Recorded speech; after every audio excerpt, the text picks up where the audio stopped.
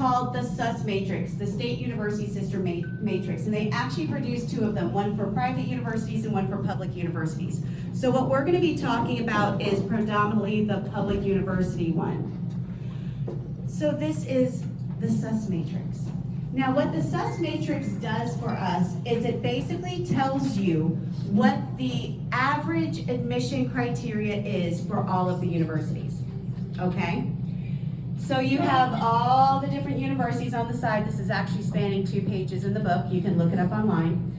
But all the public universities, and it talks about what their total enrollment is, what their total enrollment of undergraduate is, because they do include in their total enrollment grad schools.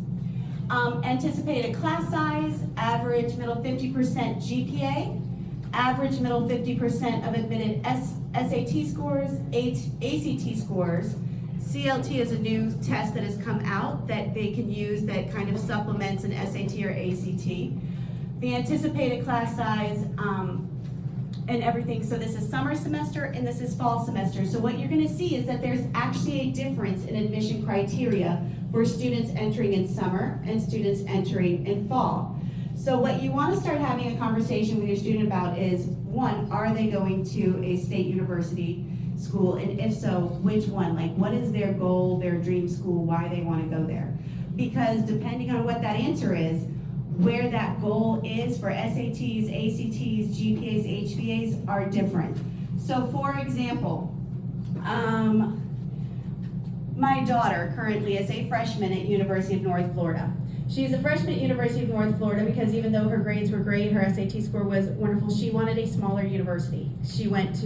We toured UCF, we toured UF, we toured USF.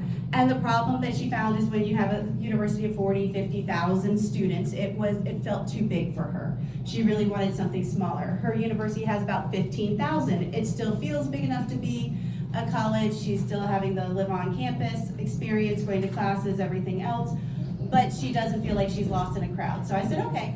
So once we knew that that's where she wanted, we were able to zoom in on University of North Florida and look at that GPA, the SATs, the ACT score. So she knew when she could essentially stop working on it. Because what happens is you can actually retake your SATs multiple times and ACTs multiple times, and the universities in Florida use something called a super score. So what that does is for every section of the test, you are able to take your highest score. So as we know, an SAT is out of 1600, so let's say you got a 700 on ELA, but your math, you only got a 500. You retake it, the next time you retake it, you might get a 650 on ELA, but you get a 700 on math. They will take the 700 from that highest ELA score and the 700 from the highest math score, and that becomes your SAT score. So what that allows students to do is as they take things like the PSAT that we're taking next week, that's a precursor. It kind of lets them know what is this going to look like when they start taking the SAT. They'll take it again as 9th graders. They'll take their final PSAT as 10th graders. That's what the merit scholarships look at and everything. And then they start taking their SATs. So the more that they know what that goal is that they're looking for, the more you know, okay, do we need to practice our ELA standards? Do we need to practice our math standards? There's all kinds of support for that. These scores right here are the middle 50% of students accepted. So are there students with lower scores accepted? Absolutely. Are there students with significantly higher scores accepted? Absolutely. The thing I want to zone in on is this GPA. So if you notice, so for University of North Florida, where my daughter goes, the GPA is a 3.6 to a 3.96. And you go, that's pretty average, right? You know, that's doable. Okay. I want you to look at UF. UF is the school where most of our students are like, yes, I want to go to UF, University of Florida. The average middle accepted GPA there is a 4.5 to 4.7. So I'm going to talk to you about how do you get a GPA of over 4.0 when an A is worth 4 points. Well, that's because in the state of Florida, the GPA that they're looking at is called a weighted GPA. And a weighted GPA actually takes into consideration the honors coursework and the college level coursework that your student takes in high school. The higher the level course, the more points it's worth. So a C in an ACE or AP class is actually worth more to a student than, like, let's say, a B or maybe even an A in a regular course or an honors course. So that's why you're going to see, as you start getting into the high school realms, that there is an emphasis for students to take ACE and AP courses.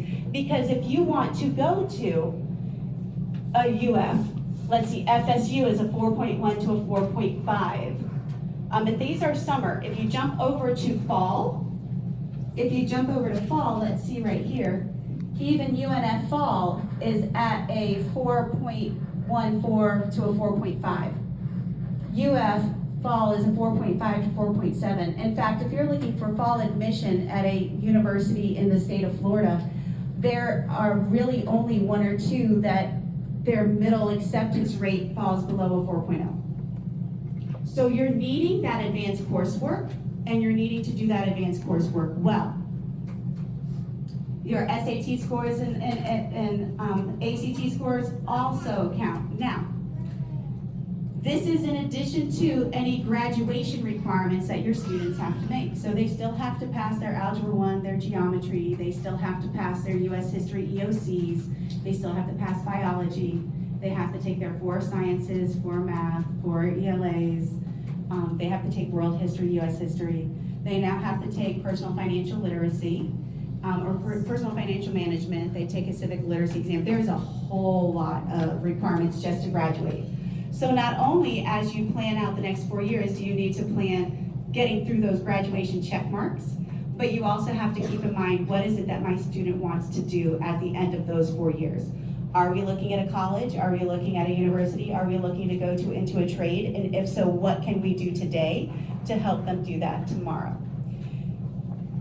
So what I used to do with my daughter, when she first started high school and looking into things, is we pulled the SUS matrix and we said, okay, let's start talking about where you want to go. What are some of the things you're interested in? What are some of the things you want to do?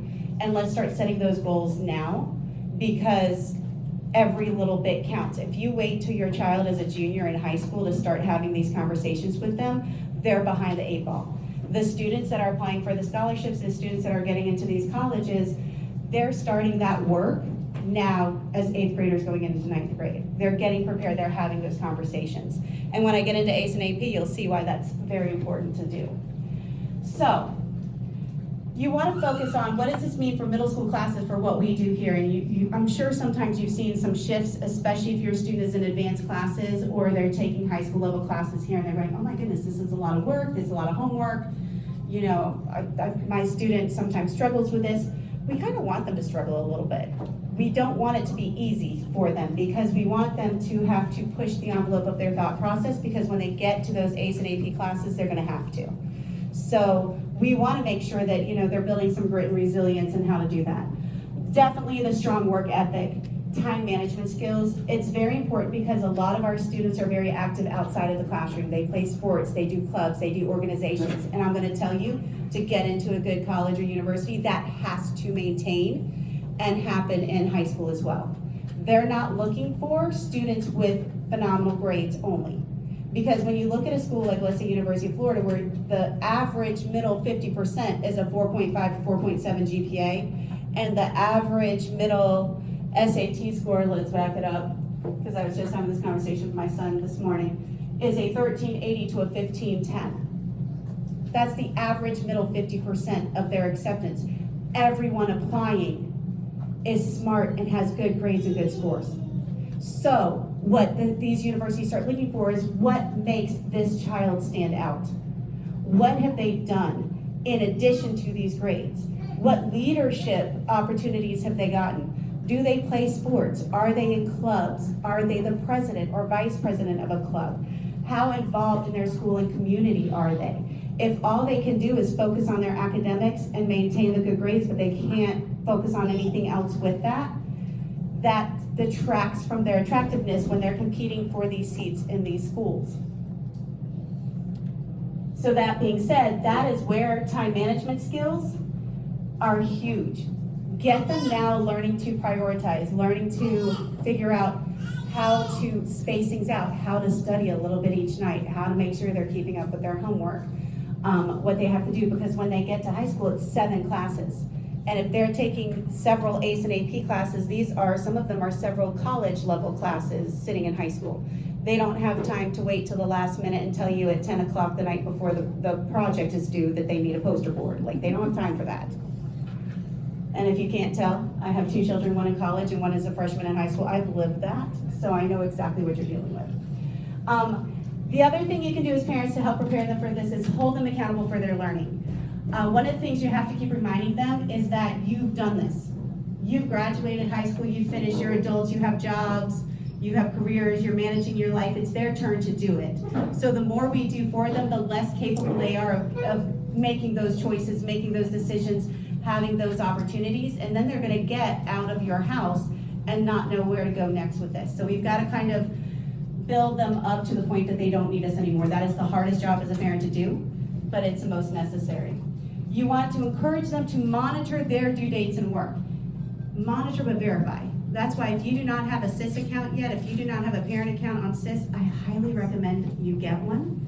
And if you don't, and you're just like, I'm not into that, I highly recommend that you set up a time at least once a week, once every other week, to sit with your child and say, pull up your student information system. Let me see your attendance, let me see your grades, let me see behavior, let me see all of that, so that I can make sure that you're doing what you need to do. Because in all honesty, we're talking right now about students that are 12, 13, 14 years old. They don't see what the next 4 years can produce for them. They see what's going on right now. They want to be with their friends, they want to hang out, they want to play on their phones, they want to play the games, they want to do all of that. But we as adults know that what they do today is going to directly impact their opportunities afforded to them in 4 years. Make studying and homework a part of your daily routine. It's terrible, we don't like it. Students, we don't like to do it, we don't like to read. I've never met anyone that's like, woohoo, please let me read a textbook, that sounds like a good time. There might be someone out there, it was never me. But we've got to build that into the daily routine, and then prioritizing their schoolwork and plan for assignments ahead of time. Making sure that they're keeping track of things so that they're not at the last minute scrambling to do it because they're not going to do their best work. So now the big thing, how do we get this 4.5, 4.7, 4.1, whatever, 4.0 and above GPA that we're looking for so we can get into these state colleges?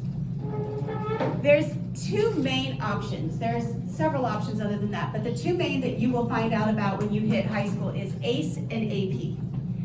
ACE is out of Cambridge, England, okay? It is an international program. It is all college level courses. There's actually ACE elementary and ACE middle school programs that are kind of pre-ACE programs. They don't lead to any kind of coursework, they don't lead to any kind of college credits, but they do start preparing for those thought processes, okay? It is a series of levels of college courses where if the student passes the exam, kind of like AP is, they pass the exam, they get college credit for that course. And there's actually a walkthrough, we can find it on the district website, that they update every year that tells you if you take this ACE class and pass it, it equals this college class. If you take this AP class and pass it with this score, it equals this many college credits in this class. It is accepted at all Florida State universities. That is a plus to ACE. It is accepted at all of them. My daughter took ACE English Language and ACE English Lit, passed both of those. She was able to CLEP out of her 2 ENC 1101 and 1102 classes. Does not need to take an English class as a prereq in college. She already has college credit for that. The ACE diploma, which I'm going to talk about in a second, is a diploma you can actually get awarded by Cambridge. And it basically says that you've completed 7 classes in 4 categories, that you've completed them and passed the test. If you get an ACE diploma, and it doesn't matter what level ACE diploma you get, you automatically qualify for Florida Bright Futures 100%. Doesn't matter what your SAT score is, does not matter what your GPA score is. You get 100 hours community service and you get an ACE diploma, you are getting 100% of your tuition paid for college if you're going to a state university school, okay?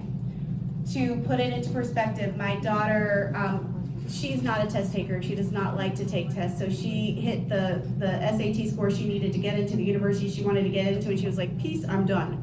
We're not taking this again, absolutely. her SAT score was not high enough, even though her GPA was and her hours were, she had something like 700 community service hours to get, it was high enough to get what's called the Merit Bright Futures, which is 75%. But the minute that degree was conferred, the minute that ACE diploma was conferred, it flipped her to the 100% full paid. So every semester, the state of Florida pays for all of her actual coursework. I think it's something like $3,000, okay? The downfall to ACE is it is not accepted nationally. So if your student has their heart set on going to MIT, they want to go to UCLA, they want to get as far out of Florida as humanly possible, ACE is not going to help them in the least. Some schools might take it, some schools might not take it, but the connection between ACE and the university level is really strong in the Florida colleges. There's a whole cross through and it helps with Florida colleges. The other downfall is the scores don't come out till August. So if you take your ACE exam in May, you're not finding out whether or not you passed it till August, which is fine if you're a freshman, sophomore, junior. But if you take it your senior year, you could already be in college before you get word as to whether or not you pass that test and get the scores for it. So that is a downfall to ACE. The ACE diploma, there's 4 groups. There's a math and sciences, languages, arts and humanities, and interdisciplinary. Now this one right here, global perspectives, that's a requirement for all ACE diplomas. It doesn't matter how you do in the other categories, you have to take global perspectives. Global perspectives is a 100% research-based class. They research current events, they study them all year, they do a big project throughout the year, they do a presentation with that project, their written paper and their presentation are sent off to Cambridge, and then they also take a test. And all of those 3 components are scored together and they get the results the following year. So these are just a sampling. I mean, I think I stole this off of one of the high school's websites. This is a sampling. This is not an exhaustive list of what ACE classes are available. And not every ACE class is available at every high school. But so you have an idea, you need at least 1 in each group. So 1 in the math or sciences. You need 1 in the languages, which English language counts as that, which also counts as an ELA course for graduation. So a lot of the schools will have English language.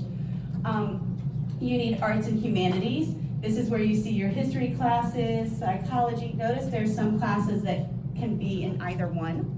So it's really like a Sudoku puzzle Tetris game. You want to look at what does your student like and enjoy, because this is going to be a lot of work, and what category does it fall in? Because you want to make sure you have at least 1 in every category, and you need a total of 7 passed classes. The nice thing is that your tests come back as an A, B, C, D, or E. A, B, C, D, E, you get an A, B, C, D, E, you pass the test, it doesn't matter. Anything below an E, you get what's called unscored, and you don't pass the class, you don't pass the test. You still get the high school credit, but not the college credit.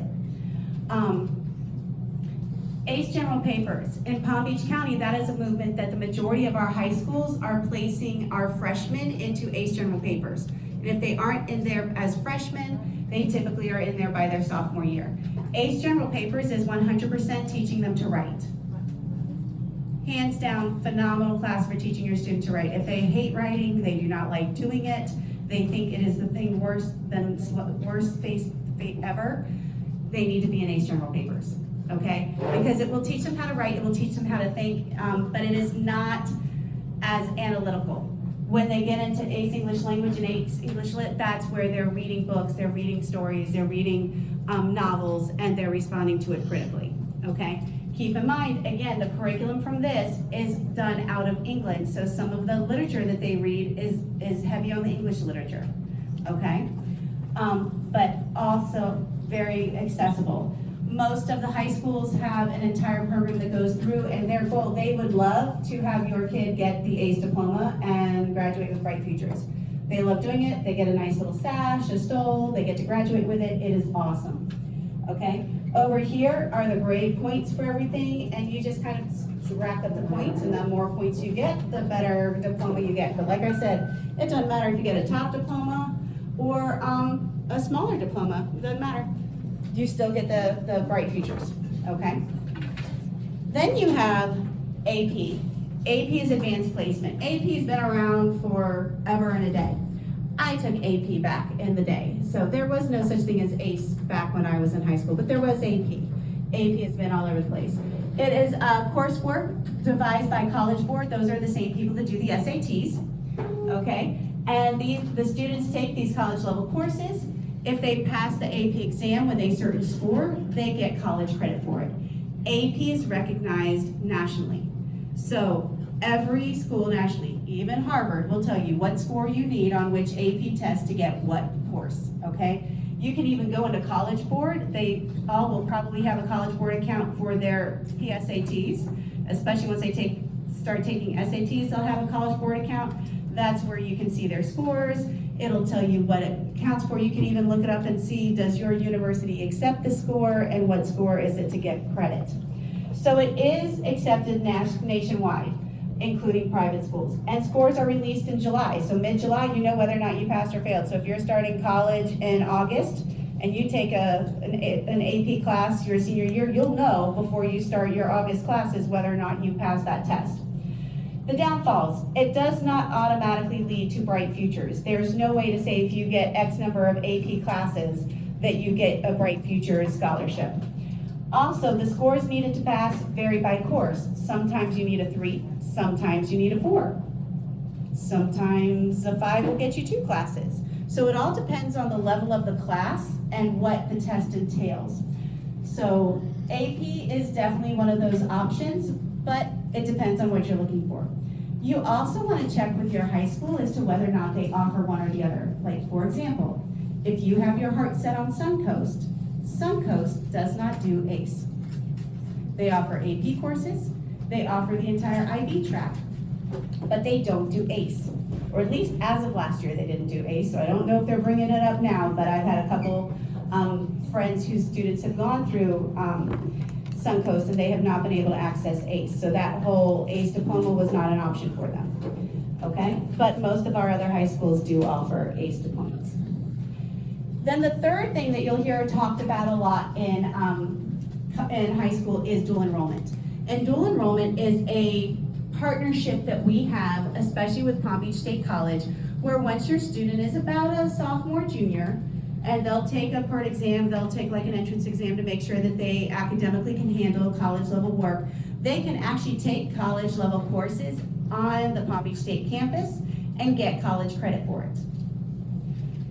The downside to dual enrollment is, yes, they get high school credit in that you get the box checked off that they're taking an ELA, or you get the box checked off that they're taking a math, but it does not impact their high school GPA. So if they do great, fantastic, but if they don't do great, it doesn't hurt their high school GPA. A downfall to that is it starts building their college GPA the minute they start taking those courses.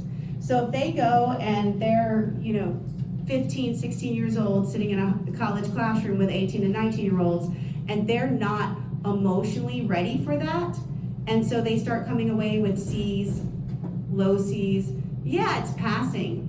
But there are students that have gotten into college because they have great high school GPAs, but their college GPA isn't high enough for them to participate in sports, rush a fraternity or sorority, participate in certain clubs, because at the college level, most activities have a GPA requirement.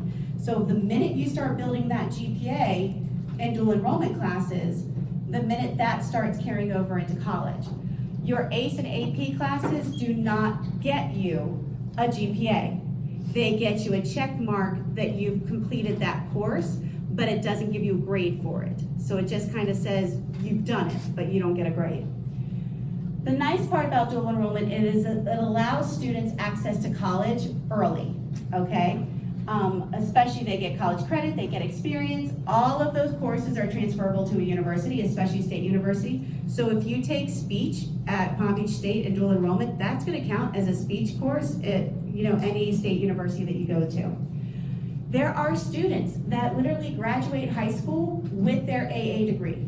They have their first 2 years of college done.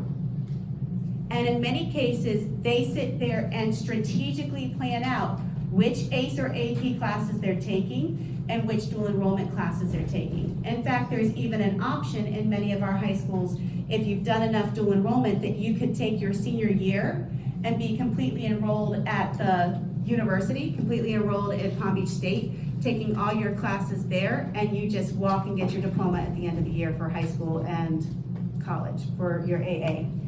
The downside to that is then you do have your 18-year-old starting college basically as a junior in college. So there is an emotional component of that you have to be prepared for, because it's great financially to be able to say, yeah, first 2 years, check, done, awesome. But that's also 2 years of college experience that they're not going to get, because they're going to be picked up and put into a university setting with the expectation that they're a junior, even though emotionally they just finished high school, okay?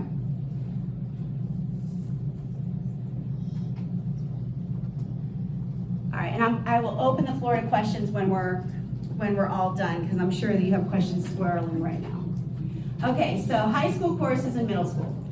Offered here, so you know, we do offer Algebra 1, Geometry, Algebra 2, Spanish 1, Physical Science Honors, Nutrition, Wellness, and Principles of Food, Holocaust Studies. Okay, those are all high school level courses that we offer here. That means the grade they're getting in these courses are going on their high school GPA as we speak. The biggest thing I caution parents about is make sure if your student is taking high school level courses in middle school and college level courses in high school, that they want to do it. They want the work. We as parents absolutely want it. We want to see them accelerate as much as we can. I want as much covered financially for my kids. I want them to be successful. I want them to have a great time.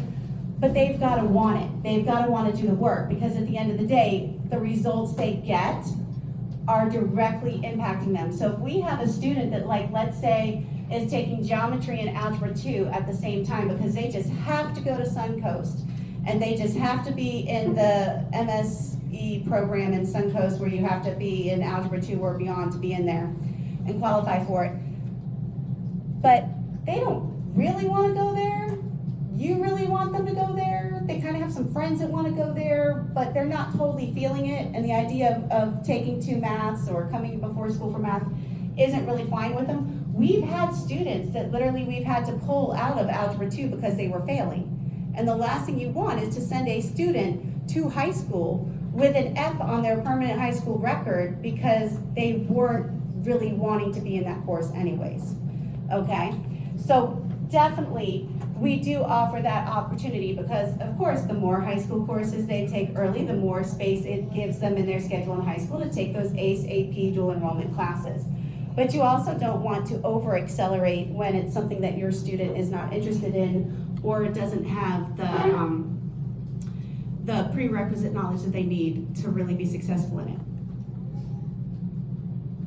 Okay, so how are high school courses different? They run on a different time frame than middle school courses. So what you'll notice is middle school courses run on a 9 weeks time frame. High school does too, sort of, but they actually run on semesters, and that's when the grade finalizes. So you will have a quarter 1 grade, a quarter 2 grade, and then a final exam. And all 3 of those scores are tabulated together to get you your full semester score. If this class has an EOC, that is Algebra 1, Geometry, Biology, US History, those 4, then that course is a full year. You do not get your final grade, you do not get your GPA for it until you pass the EOC. So that means your child could take Algebra 1 and have straight A's, be 100% student, and if they decide to come in and take that EOC and be like, woo, whatever, and they get a 2, that factors into their grade. They now have not gotten the requirement that they need to move forward. They will have to retake that EOC till they pass it with a 3. That's a requirement for the state for EOCs. You keep taking it till you pass it with a 3. So that's why it's important to make sure that they are ready for that content and they're ready and able to take it. So our students that are in algebra and geometry, when they take that test in May, that EOC test, that's huge for them because that's a graduation requirement. All right? The workload. The instruction moves quickly, These are classes that are designed for students ranging in age from 14 to 18 that are working toward that high school diploma. So we're not going to put a student into a high school level course unless we feel that they will be successful with it and they want to do it. Where we run into an issue is sometimes they think they want to do it and then they get into the course and they realize, I'm not feeling it. Or they think it's going to be super fun and easy, like, oh, I'm going to do the culinary high school level. It's going to be super fun and easy. And anyone who has joined Ms. Homestock for Culinary 2, which is those 2 high school courses, know that that is not fun and easy. That is a lot of cooking work. Like, that's up there. This is not just we're going to make some spaghetti and call it a day. It's work. The assessments, they have a midterm and a final as opposed to 9-week exams. And those become part of their grade. Like its own category. And then of course their future impact, it looks good to get the high school credit, but only if it's good credit. And that's the same thing for the college credit. It looks great to get the ACE and AP credits, but only if it's a good credit. Like it does no good to take ACE and AP classes and make Ds. Like defeats the whole purpose. Okay? It will impact your GPA, and once a semester is completed, it's done. So if you decided after you took your semester exam that like maybe Spanish 1 wasn't for you, you now have half a year of Spanish 1 with whatever grade is in the system.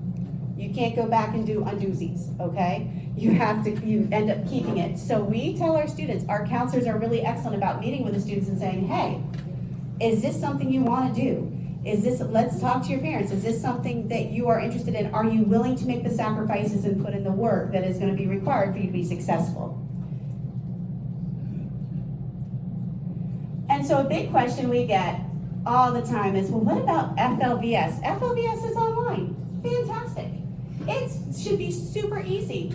The coursework for FLVS in most cases, and I'm talking about FLVS high school level courses, they're designed to take a year. They're spread out to take a year. Can you do the whole course in less than that? Absolutely. Is it recommended? Depends on the course. And that's the truth of it with anything that's online. The support, you do get an assigned teacher. And in some cases, you have a phenomenal assigned teacher. I have had students come back with just absolute success stories with FLVS. But I'm going to tell you, if you're thinking that you're going to have a teacher sitting with you next to you, helping you out the minute you start struggling, that's not going to happen. FLVS is very self-guided. It is very self-paced. So if you have a student that's like, oh, well, I'll just do it later, okay? But that was my daughter. My daughter was one of those, I'll just do it later. No, you're not going to do it later because it'll never get done. My son, he says, we're doing it right now. 2 totally different children, same household. But there is check-in, there is not direct instruction. So you have to make sure if you're going to take FLVS, if you're going to have your student take FLVS to get some of those high school credits done, that it's things that, what I call in my house, are check the boxes. As you go through graduation requirements, you're going to find that there's things that are check the box. Like, for example, you have to have a year of PE. You have to have a full year of PE to graduate. It is a graduation requirement. Neither one of my children wanted to dress out. Neither one of my children wanted to take a full year of PE and lose an elective for that. They just didn't want to do it. There is an FLVS class called HOPE, H-O-P-E, and in fact, both my kids took it the summer going into high school. They were able to condense it into a whole summer because you had to do like 450 minutes of exercise and do all these things and video yourself and run a mile and do all this stuff. So like literally my son kept up with it beautifully. My daughter had like a regimen. We had it posted on the wall. The girl wasn't allowed to breathe and call her friends till she had her regimen done because we were going to still be a senior taking HOPE if I let her do what she wanted. But they took it that way, check the box. Neither one of them are saying they want to major in PE and go be PE coaches for a living. They were totally okay with that. So you want to make sure that, but if like, let's say they want to be an engineer and they want to take calculus, probably not something you want to rush on FLVS and squeeze into a summer because they're going to need those prerequisite skills for what they want to do later. So my recommendation, and this is Dr. Galindo's recommendation as a parent, is if they're going to take FLVS, take check the box classes, things that they don't really care about whether or not they retain that information and learn it deep and ingrain it. just that they want to get the requirement done, because there's plenty of requirements they have to do. Like another requirement they have to have is they have to have a performing arts or career-related field course, 1 year of that. So if you have a student that plays band, fantastic, they're gonna get that no problem. They wanna do theater, fantastic, they're gonna get that no problem. If they're like my son and don't wanna do any of that, they're gonna end up in something like world music, music appreciation, something like that.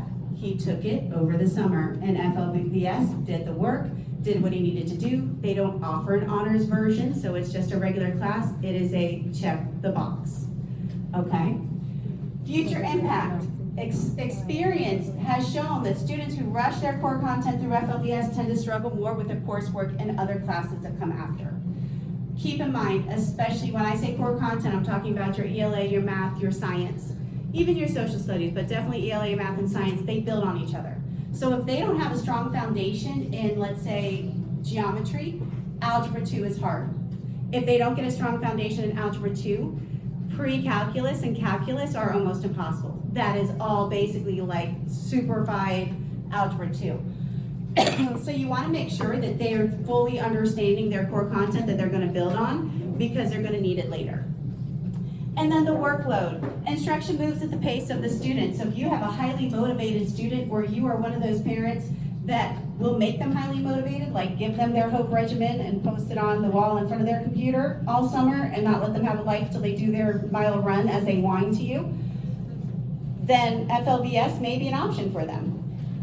But if you don't have the time to keep up with it and they're not self-motivated, next thing you know, they're 6 weeks into their FLVS course and they've done one class, one module, and they're like way behind. And then next thing you know, FLVS is like, bye-bye. All right? So then supporting your student. Definitely. Here's what's coming up. The reason we wanted to have this now is next Tuesday, the Showcase of Schools is happening at the fairgrounds. This is an opportunity for our students to take a look at the different high schools and what the different high school programs are that are out there. Here's why that is important. We have what seems to be like 1,000,001 different options for our students, especially in high school. We have everything from academic-based programs like IB programs. We have marketing. We have, Wellington High has a fire academy. We have veterinary programs, we have medical programs, we have law, culinary, IT. If there is an interest your student has, I will guarantee you there is probably a choice program available somewhere in Palm Beach County for your child. The important part about that is it will capture their interest and get them doing something that they see a future in. Not every kid is going to find a program that they go, this is what I want to do, okay? Again, I'm bringing it back to personal references. My daughter is an education major. That's what she wants to do. God love her. She wants to be a teacher. I'm like, all right, let's make this happen. The only program that offered early childhood were some high schools that were further away from us. And she was like, I know it's going to be hard for you to get me there, Mom. And I don't really want to teach the little ones. I really want to teach older kids. So I said, you know, you don't need an early childhood program to be a teacher. You can wait till you get to college and get those programs. And she was totally fine. She went to her homeschool. She had a great time. She did government. She did NHS. She did all kinds of clubs and organizations. Loved her high school career. Did phenomenal. My son, who, like I said, is a freshman, he is very much, he wants to do something that he can see a product of.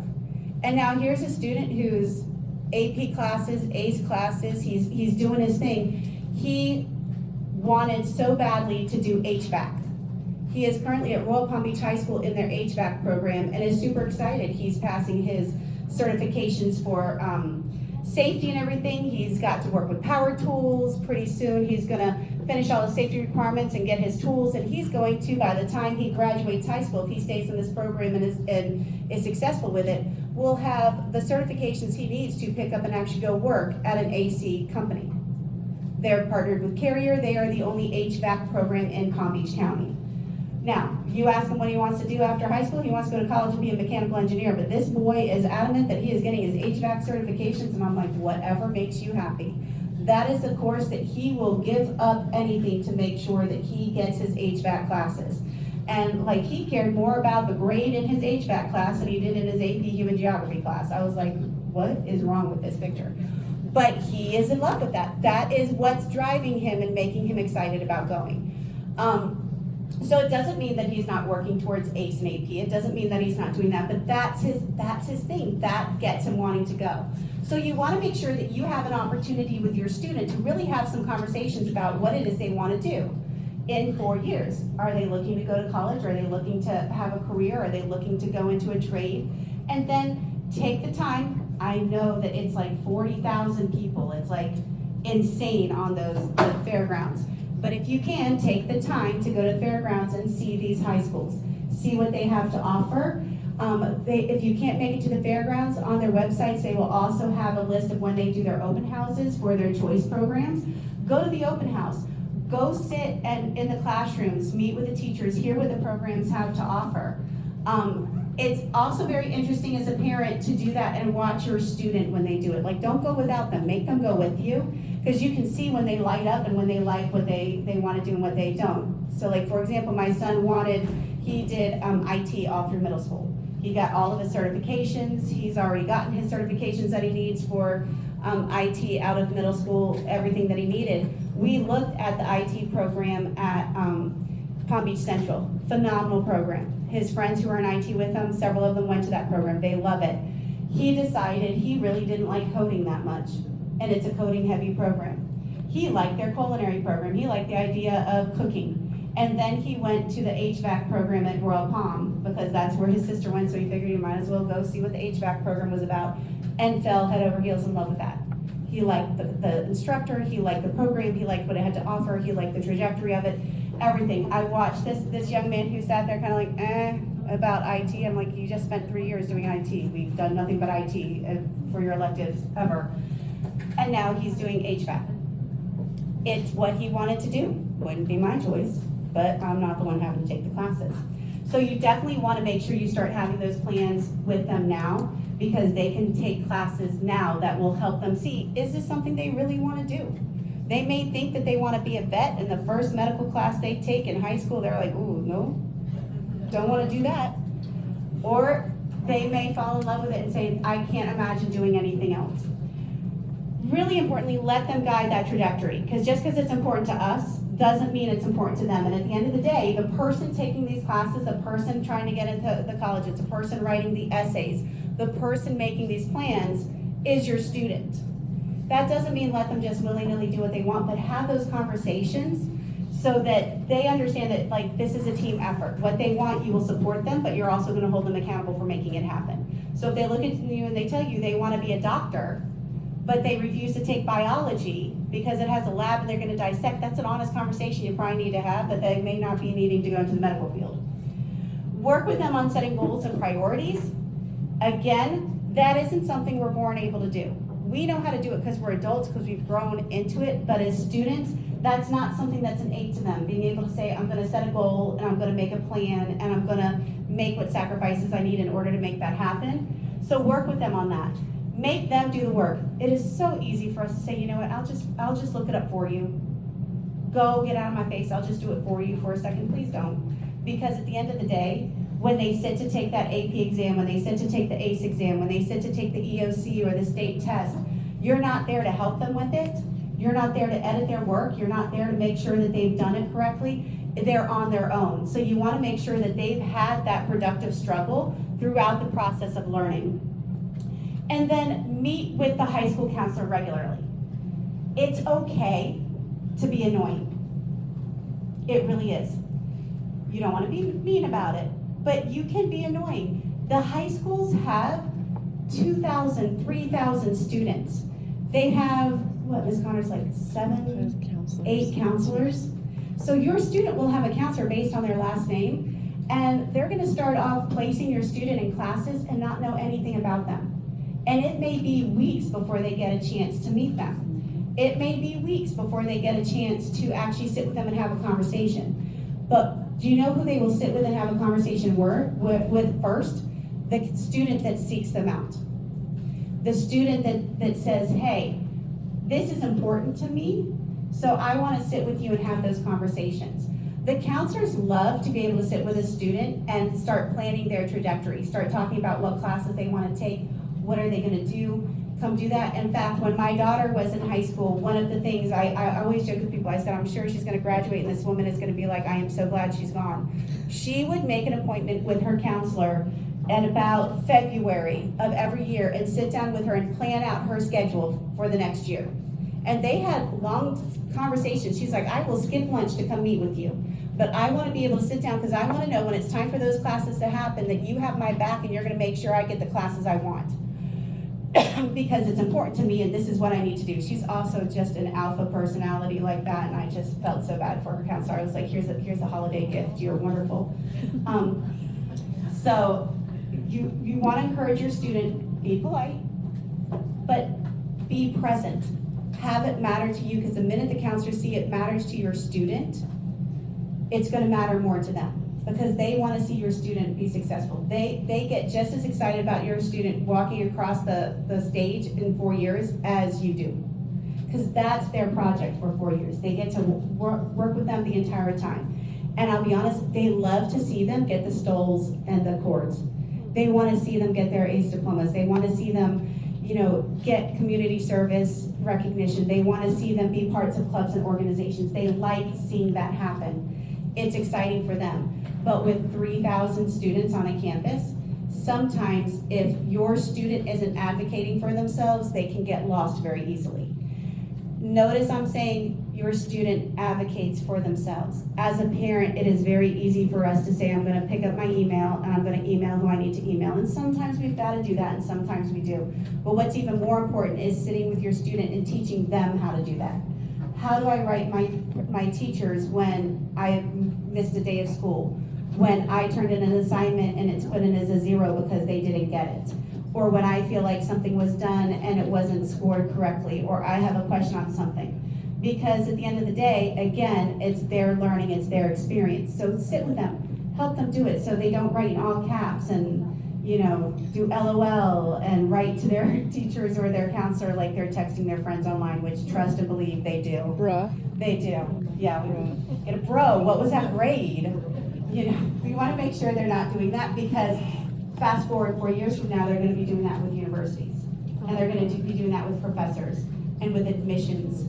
And they're going to be doing that with jobs and employees. And you don't want them to ever write a prospective employee and be like, bro, what's up? I totally thought you liked my interview. No, that's not how we're talking. But believe it or not, you'd be amazed. So really, the next 4 years for your student starts now. It starts with those conversations. We're going to be having the high schools coming over probably in the next month or so. Definitely by January with their enrollment forms, with their course selection forms. This is where it's really important. The students love to just stuff things in their backpack and they never see the light of day. And the next thing you know, you're like, well, why does my kid have 3 PEs and basic math and something? And it's because they never turned in any form or anything for the high school. So you want to start getting them excited about this so that when they figure out what high school they're going to, and they get that registration form and they get to do their course selections and they want it filled out and turned in more than you do, because this is how they're going to get their classes picked. Because honest to goodness, they don't have time to hunt your child down for their course selections. If they don't turn in their course selections, they're going to get what they get and you don't get upset type thing. And if their classes are wrong at the beginning of the year, they're sometimes a week or 2 into the high school year before they're able to switch classes. I mean, honest to goodness, it happens because you have so many kids and so many kids coming in and all that. So the more upfront legwork and responsibility your student puts into getting ready for high school, the easier that transition is going to be. Okay? So definitely have those conversations. I highly encourage you to go to the Choice Fair next Tuesday. Go with a list of questions. Take the weekend this weekend to say, okay, what is it you want to do? What's interested to you? Ask the schools. So what kind of programs do you offer? Do you offer ACE? Do you offer AP? What kind of track does this do? If my child does this program, what is some of the things they're going to have to keep in mind? Like, for example, my son, like I said, is an HVAC at Royal Palm Beach High. His first year, it's 1 elective. Sophomore, junior, senior year, it's 2. He takes 2 HVAC classes. So that means in working for that ACE diploma, he's gotta be strategic because he's now, of the 3 open electives he'll have, 2 of them are gonna be HVAC. So if he wants to take in foreign language, if he wants to take psychology in ACE, because that's not a regular class, that would be an elective, he's got to figure out where he's going to put all that stuff. He's going to have to take global perspectives. That's an elective. There is no ELA, math, science, social studies that global perspectives can check that box for. So you have to know going into it, okay, well, this is going to be 2 electives every year. So there may be some check the box courses you're going to have to take in order to open up the space in your schedule to do what you want to do. And those are conversations that they need to know and they need to be preparing for. Are they going to want to take dual enrollment? If so, what's that going to look like? That's also a conversation for you all to have, because if they start dual enrollment as a sophomore or even a junior, they may not have a license or a car to drive them to Palm Beach State. That would be you. So those are all conversations you need to have with them. If they want to go into aerospace, Boynton Beach High School has a phenomenal aerospace program, one of the only ones in Palm Beach County. And they actually fly drones, they do all kinds of stuff. But if you are in a position where you can't get your kid down to Boynton Beach High, it may not be an option for them, okay? So those are all conversations, have them this weekend, take some time, go with your questions on Tuesday, and be prepared. It's gonna be crowded, you may not get them answered, but then get the flyers and circle the dates on your calendar so that you go to those open houses and get all that information. Because the application for choice is gonna open beginning of November. And if they want a performance-based program like Dreyfus, that closes end of December, but everything else closes end of January. And you're gonna wanna be able to make those choices with them and have that first choice selected so that so that when everything happens, you get their course registration, you can start having those conversations. But definitely, I'm very, very happy that I see so many students here because this is your future that you're planning. And I'm even more happy that I have parents here because you are going to be the ones that guide them and make sure that they stay on course for what they want and kind of remind them what that goal is that they have. So, monitoring progress, SIS parent portal, like I said, if you don't have a SIS account yet, highly recommended. You know, don't leave home without it. It's phenomenal. The big thing I want to encourage is ask about future plans regularly. They change. As they grow, they change what they want to do. They change their feelings on things, and you don't ever want to see them going through the motions with something because their interest has changed and they don't want to hurt your feelings and make you think that like there's something wrong with that. So just keep that door of conversation open. And that is it for my presentation. So I'm going to open the floor to questions.